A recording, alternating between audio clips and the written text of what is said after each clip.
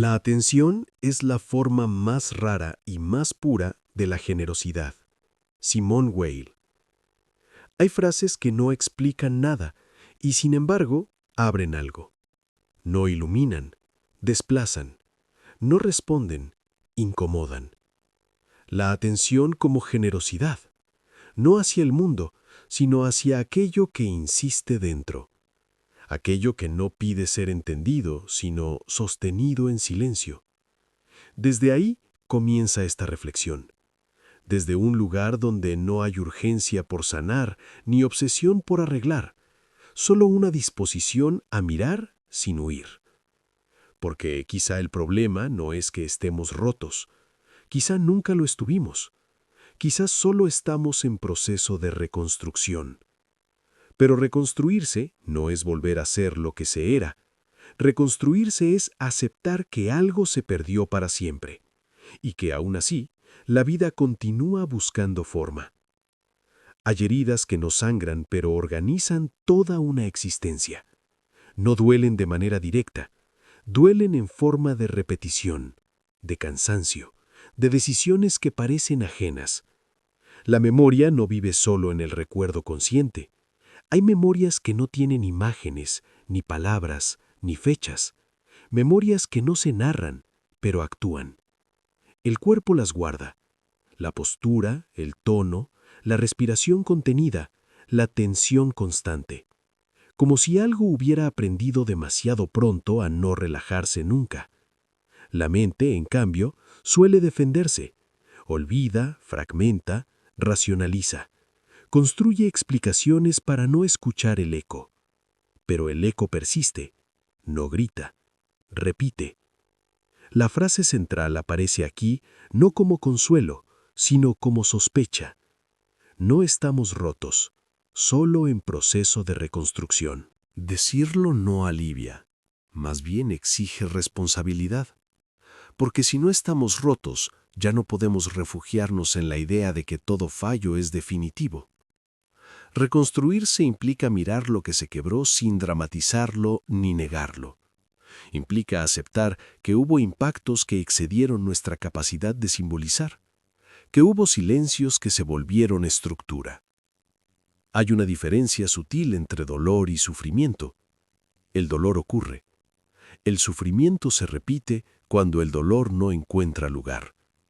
Cuando no puede ser pensado, se encarna. Cuando no puede ser dicho, se convierte en hábito. Cuando no puede ser llorado, se transforma en identidad. Muchos viven convencidos de que así son. No lo cuestionan, no lo eligen.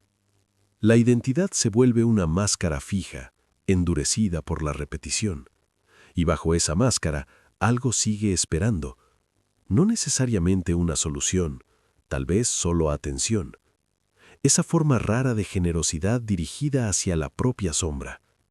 La sombra no es lo oscuro por ser malo, es lo no mirado, lo que quedó fuera del relato consciente porque en su momento fue demasiado.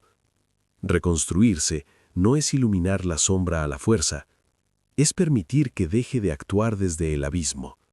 Es reconocer que lo no integrado no desaparece, gobierna en silencio. Hay una violencia sutil en exigirse estar bien, en acelerarse hacia una versión funcional de uno mismo, en llamar fortaleza a la anestesia. El silencio al que apunta esta reflexión no es vacío, es densidad. Es un espacio donde algo puede emerger sin ser inmediatamente corregido. Porque no estamos rotos, pero tampoco completos. Estamos en tránsito, aunque lo neguemos. Y negar el proceso no lo detiene, solo lo vuelve inconsciente, solo lo empuja a repetirse con otros nombres. Hay capas de la psique que no responden al lenguaje directo, no entienden argumentos ni promesas, funcionan por asociación, por ritmo, por huella. Cuando algo no pudo ser vivido en su tiempo, queda suspendido, no muere, no se disuelve. Se convierte en una presencia muda que organiza reacciones futuras, una especie de brújula rota que aún así sigue señalando. La repetición inconsciente no es un error, es un intento de cierre que no encuentra forma, Por eso se repite, no para castigar, sino para ser visto. No para hundir, sino para completar algo que quedó abierto. Pero la conciencia moderna desconfía de lo que no controla. Prefiere explicaciones rápidas, etiquetas, diagnósticos, atajos. Nombrar no siempre integra. A veces solo tranquiliza. A veces solo crea la ilusión de dominio. El verdadero trabajo ocurre más abajo, en el lugar donde la identidad comienza a disolverse, donde ya no es tan claro quién soy y por qué reacciono así.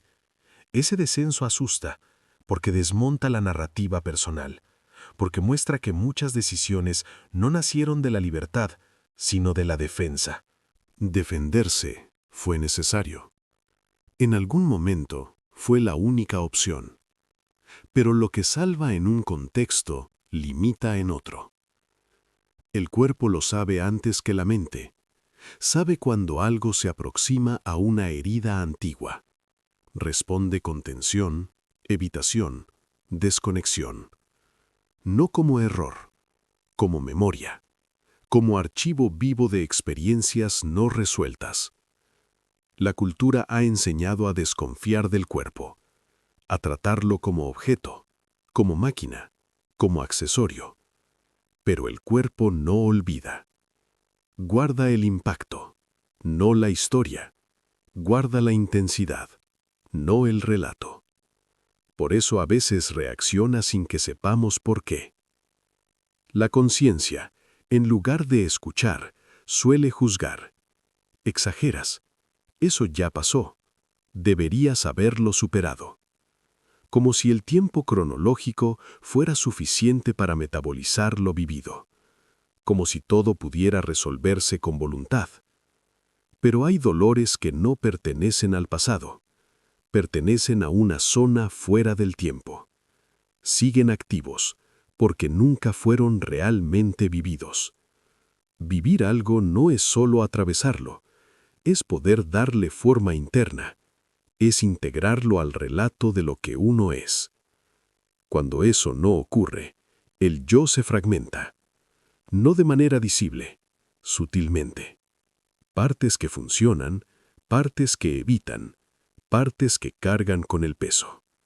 Una administración interna del dolor. La identidad se vuelve una negociación constante, un equilibrio frágil entre lo que se muestra y lo que se oculta, entre la máscara social y la sombra privada. La máscara no es mentira, es adaptación, pero cuando se vuelve rígida, asfixia. El problema no es usarla, el problema es no poder quitársela nunca, es olvidar que es una construcción. Reconstruirse implica reconocer la máscara sin destruirla, agradecer su función sin confundirla con la totalidad, permitir que lo oculto tenga algún lugar, pero eso exige tolerar la incomodidad, la ambigüedad, el no saber inmediato. Exige renunciar a la fantasía de coherencia total, aceptar que hay contradicciones internas que no se resuelven, se sostienen. La conciencia, cuando madura, deja de buscar pureza, empieza a buscar integración, no eliminar la herida, sino darle contexto. El dolor no simbolizado se vuelve síntoma. El síntoma no es el enemigo, es un mensaje cifrado. Ignorarlo no lo silencia, solo lo empuja a expresarse de otra forma, más indirecta, más costosa. Por eso tantas vidas parecen repetirse sin entender por qué. Cambian los escenarios, no la estructura. Cambian los rostros, no la dinámica. No es mala suerte, es memoria actuando sin traducción. Traducir no es explicar racionalmente, es permitir que lo sentido encuentre palabras, imágenes, gestos. Es darle al dolor una forma que no sea solo reacción. Pero el mundo contemporáneo no favorece ese proceso. La velocidad, la distracción, la productividad constante, todo empuja hacia adelante. Reconstruirse requiere lo contrario. Pausa. detención. No como estancamiento, sino como escucha. Una escucha que no busca resultados inmediatos, que no convierte todo en proyecto. Hay una ética implícita en atender lo que duele. Una ética silenciosa, porque mirar hacia adentro sin anestesia cambia la relación con el poder, con el consumo, con la identidad. Quien se reconstruye deja de necesitar ciertas máscaras, y eso incomoda un sistema basado en superficies, en rendimientos visibles, en narrativas simples. La sombra integrada no se exhibe, se siente, se manifiesta como una sobriedad distinta. No hay euforia, hay presencia, una presencia que no necesita probar nada. Pero llegar ahí implica atravesar el abismo de no reconocerse, de sentir que el antiguo yo ya no sirve y el nuevo aún no existe. Ese intervalo es el más difícil. Ahí surge la tentación de volver atrás, de reconstruir la misma estructura con otros nombres, de confundir alivio con integración. La verdadera reconstrucción no promete bienestar constante, promete coherencia interna, y eso a veces duele más al principio, porque obliga a dejar de huir, a dejar de repetir automáticamente, a aceptar que no todo en uno es claro, luminoso o controlable, pero tampoco es defectuoso. Es humano, complejo, inacabado. No estamos rotos, estamos atravesados por historias que no terminaron de contarse, por silencios que piden ser escuchados sin prisa. La conciencia que se atreve a bajar no busca redención, busca contacto. Y en ese contacto, algo empieza a reorganizarse. No de golpe, no como revelación, sino como un lento reordenamiento de capas internas. La reconstrucción no es visible desde fuera, no tiene signos espectaculares. Se nota en lo que ya no se repite, en la pausa antes de reaccionar, en la elección que ya no nace del miedo, en el silencio que deja de ser amenaza. La vida moderna ofrece infinitas formas de no escucharse. Pantallas, ruido, estímulos constantes.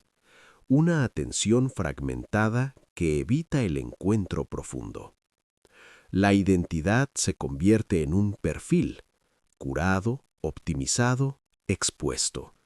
Una máscara perfeccionada por la repetición social. Pero la sombra no desaparece por falta de tiempo, solo se desplaza.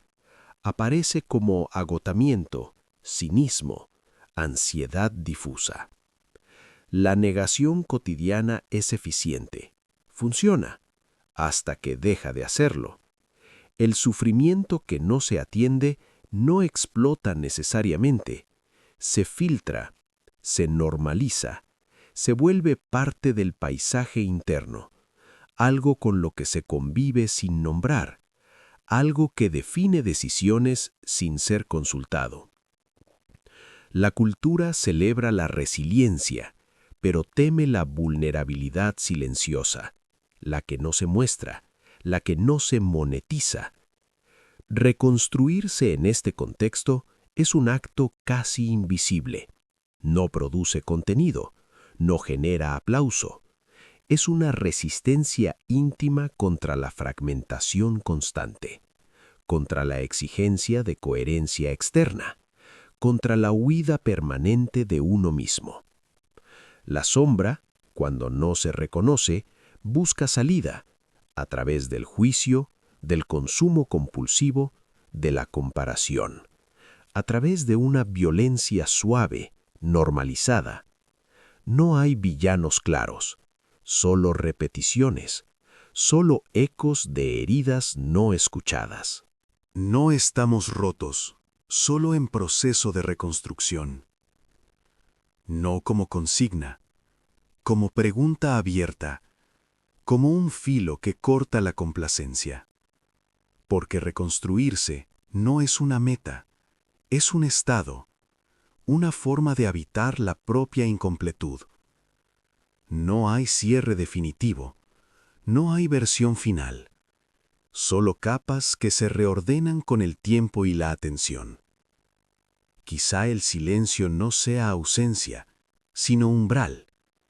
Quizá el abismo no sea caída, sino profundidad. Quizá la herida no sea falla, sino punto de contacto. Nada garantiza que mirar hacia adentro traiga calma, pero evita algo peor: vivir una vida que no nos pertenece. El proceso continúa incluso cuando no se nombra, incluso cuando se lo niega. La pregunta es si se lo atraviesa consciente o a ciegas. Y esa pregunta no exige respuesta inmediata, solo atención, esa forma rara y pura de generosidad.